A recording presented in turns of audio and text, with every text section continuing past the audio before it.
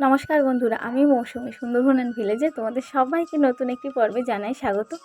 তো বন্ধুরা, আজকে কিন্তু ভিডিওটা অনেকটাই অন্যরকম এবং সম্পূর্ণ আমার যতটুকু এখতিয়ার ছিল তার বাইরে গিয়ে। তোমরা অবশ্যই জানো সানবাংলায় একটা নতুন গেম শো শুরু হয়েছে, লাখ টাকার লক্ষ্মী লাভ। তো অনেক দিন, এই তো ডিসেম্বরেই শুরু হলো, তো বেশ কিছুদিন ধরে মনে হচ্ছে যে একটু ওখানে খেলতে গেলে ভালো হতো। তবে কেমন কি পারবো কি না পারবো সেটা বড় কথা নয়, তবে আমার যে ইচ্ছেটা হয়েছে যে খেলতে যাওয়ার, সেটা কিন্তু আমি প্রকাশ করতে চলেছি এখনই। কিন্তু এই যে এখন আমি যাচ্ছি, এখানে কিন্তু খেলতে নয়, ঠিক আছে, আগে অডিশন দিতে হবে। তো তার জন্য আমি পিয়ালি থেকে বেরিয়ে পড়েছি আর পিয়ালি স্টেশনে পৌঁছে গেছি। তো যেখানে থাকি সেখান থেকে স্টেশনটা বেশি দূরে নয় আর কি। তো তোমরা সবাই জানো আমি এখন পিয়ালিতে থাকি ঘর ভাড়া করে। তো যাই হোক বন্ধুরা, এখানে এসে আমার ব্লগ ভিডিওটা করা হচ্ছে না, এটা আমি খুব দুঃখিত। তো যাই হোক, সেসব কথা ছাড়ো। দেখো, একদম সকাল 6টা 5:55 উঠেছি আমি, 6:40 ট্রেন ধরবো বলে। তো ঝটপট তো রেডি হয়ে স্টেশনে চলে এলাম। তো স্টেশনে এসে দেখি কেউ নেই, ফাঁকা। তো আস্তে আস্তে লোক জমতে থাকছে আর কি। তো তখনও পর্যন্ত টাইম হয়ে ওঠেনি।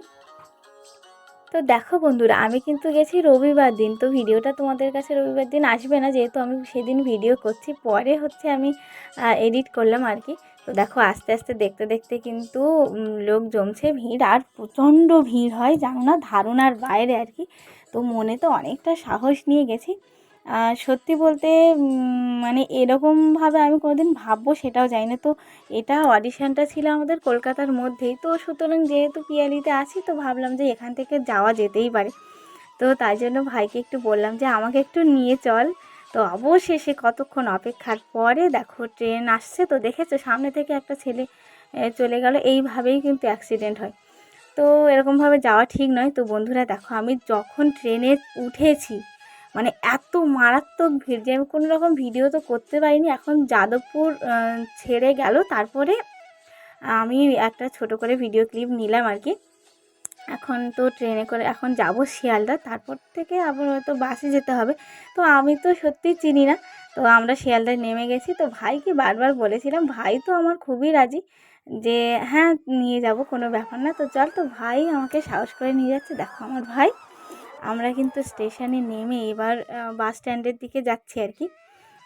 তো সত্যি বলছি, আমি ভীষণ একটা মনের ভিতরে চাপা টেনশন নিয়ে যাচ্ছি। আমি অবশ্য দেখেছি অডিশনে তেমন কোনো কিছু ব্যাপার হয় না, হয়তো ব্যক্তিগত কোনো কিছু জিজ্ঞাসা করে, তবু আর কি এইরকম অভিজ্ঞতাটা আমার জীবনে ফার্স্ট। এবং আমি যেটা করতে পারি সেই ধারণাটাই আমার ছিল না। তো যাই হোক, নিজের ধারণার বাইরে গিয়ে একটু অন্যরকম করলাম।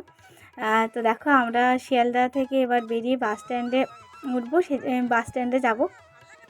তো এইখানটা একটু তোমাদেরকে দেখালাম, দেখো কি সুন্দর দৃশ্য। তো অনেক দিন এইসব জায়গায় আসি না, আগে গেছি কয়েকবার, খুব একটা তো প্রয়োজন পড়ে না, তেমন কিছু নেই কিংবা কেউ নেই ওখানে, আর ঘুরতে যাওয়ার মতো জায়গাও না। তো যাই হোক, চলো, আমরা বাসে উঠে পড়েছি। তো সব জায়গা থেকে যেখান থেকে আমি নিচ্ছি না কেন, আমার কিন্তু প্রচণ্ড টেনশন হচ্ছে যে কি হবে, আদৌ হবে কি না, ব্যাপারটা কীরকম, কতটা সত্যি। সত্যি বলতে টিভির পর্দায় আমরা যেরকম দেখি, আসলে কি হয় সেগুলো তো আমরা একদম গ্রামের মানুষরা সত্যি কথা বলতে বুঝতে পারি না যে আসলে কি ঠিক নাকি কি বলতে চাইছে। তো যেহেতু একটা জিনিস কদিন ধরে বলছে যে 23শে জানুয়ারি থেকে 26শে জানুয়ারি পর্যন্ত ওইখানে অডিশানটা আছে, কলকাতা বাগবাজার এবিপি আনন্দ খাইবার পাস ওখানে। তো তার জন্য আর কোনো রকম চিন্তা না করে তো ভাইকে নিয়ে বেরিয়ে পড়লাম। তো এখানটা একটা ছোট করে, ছোট না, বেশ বড় একটা বাজার মতো দেখলাম, শুধু শাড়ি, কুর্তি, বাচ্চাদের জিনিসপত্র সব কিছু, জানি না ওটাকে কি বলে। তো তোমাদেরকে একটু দেখালাম। অবশেষে কিন্তু আমরা বাগবাজারে নেমে পড়লাম। তো বাগবাজারে নামার পরেই ভাই কিন্তু ম্যাপে দেখছিল। তো তারপরে আমরা একটা অটোওয়ালার কাছে জিজ্ঞেস করলাম, বললো এখান থেকে বেশি দূরে না, অটোতে গেলে 10 টাকা, আর এমনি হেঁটে যেতে পারো, 10-15 মিনিটও লাগে না। তো ভাইয়ের আমি সিদ্ধান্ত করলাম হেঁটেই চল যাই, বেশি দূরে যখন না, তখন হেঁটে যাওয়া যেতেই পারে। আর দেখো, অডিশন কিন্তু শুরু ছিল 1টা থেকে, দুপুর 1টা থেকে রাত 10টা পর্যন্ত। যেহেতু আমি অনেক সকালে বেরিয়েছি, সেহেতু এইটুকু সময় হাঁটা যেতেই পারে। আর অবশেষে একদম পৌঁছে গেছি সেই জায়গায়, এবিপি আনন্দ খাইবার পাস। তো এই খাইবার পাসটাকে না আমি অন্যভাবে নিয়েছিলাম, কিন্তু খাইবার পাসে যেটা হচ্ছে আমরা খাই কথাটা বলি না, এই এই কথাটা হচ্ছে সেটাই খাই। এখানে হচ্ছে খাওয়া দাওয়ার একটা অনুষ্ঠান, তো প্রত্যেক বছরই হয়। তো যাই হোক বন্ধুরা, আমার পিছনে দেখো, আমি তো নিজেই অত তাড়াতাড়ি গেছি, 8টার মধ্যে পৌঁছে গেছি, তারপরেও দেখো কত লোক আমি আমার আগে গিয়ে দেখি। তো বন্ধুরা দেখো, এখান থেকে টিকিট কাউন্টার থেকে আমরা টিকিট কাটবো। তো হচ্ছে তারপরে আমাদেরকে একটা ফর্ম দেওয়া হয়েছিল, কিন্তু বিশেষ করে আমার ভীষণ বড় ভুল হয়েছে। কারণ কি, আমি যখন অডিশন দিতে যাচ্ছি ফোনটা আমার ভাইয়ের কাছে দিইনি, তার জন্য সেই সময়ের ভিডিওটা করা হয়নি। তো এই এখন আমরা ফর্ম নিতে যাচ্ছি।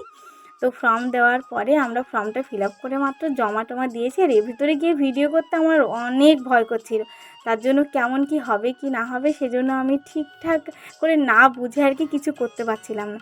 তো যাই হোক বন্ধুরা, লাইনের পরে আমাদের একটা করে ফর্ম দিয়েছিল, ফর্ম দেওয়ার পরে আমরা ফিল আপ করে দিয়ে তারপরে কিছু নিজের সম্পর্কে ব্যক্তিগত জিজ্ঞেস করলো, তারপরে আমি ফিরে যাচ্ছি এবার বাড়িতে।